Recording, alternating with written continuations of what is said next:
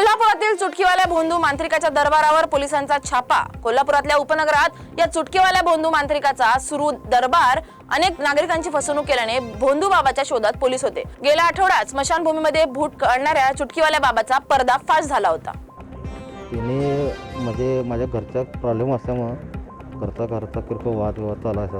दुसरी गोष्ट मला माझी नोकरी गेलेली, घरी जरा थोडी मुलांची तब्येत म्हणजे मुलं आजारी पडायची, त्याच्यासाठी मी विचारायसाठी आलेलो होतो। पण एका मित्रानं मला इथं सांगितलं, चल बाबा तू महाराज यातून काय ते बाहेर काढशील तेवढं प्रॉब्लेममध्ये काय ते। मग एकदा आलो, तिने सांगितलं तुझ्या करण्या केलेल्या तू पूर्णपणे हे होणार, बरबाद होणार, तू ह्यातून बाहेर पड आणि असं तुला इतका खर्च आहे। ते मी त्याला टप्प्याटप्प्याने त्याला पैसे दिलेले आहेत, 45,000 रुपये टप्प्याटप्प्याने त्याला 45,000 रुपये दिलेले आहेत।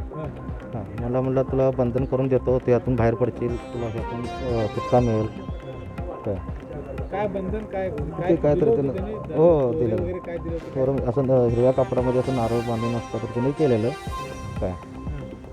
तो कशा पद्धतीने जादूटोणा करतो, काय तुम्हाला अनुभव आला? असं चुटकी वाजवून किंवा तिथं आतमध्ये तुम्ही जर बघितलं काय कोणाचे लग्न ठरत नसेल तर एकमेकाच्या ते मुलगीचं मुलांचं फोटो घ्यायचं, त्या बाहुलीवर टाचण्या खवायच्या काय, तर तिथं हा सगळा प्रकार घडतो तिथं। हे आम्हाला नंतर समजलं काय।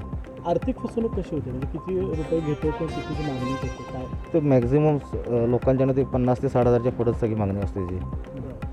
कधी भरपूर लोक येतात, मोठी मोठी पण लोक इथे यायचे असं ते म्हणायचं। आम्ही फक्त यात फसलो। तुम्ही आला होता त्यावेळी किती लोक, दरबार म्हणून किती लोक? इथं असायचं कमी एक 10-15 रोज संध्याकाळी असायचा बऱ्यापैकी, आणि अमावस्याला ते इथं गर्दी असायची भरपूर बऱ्यापैकी।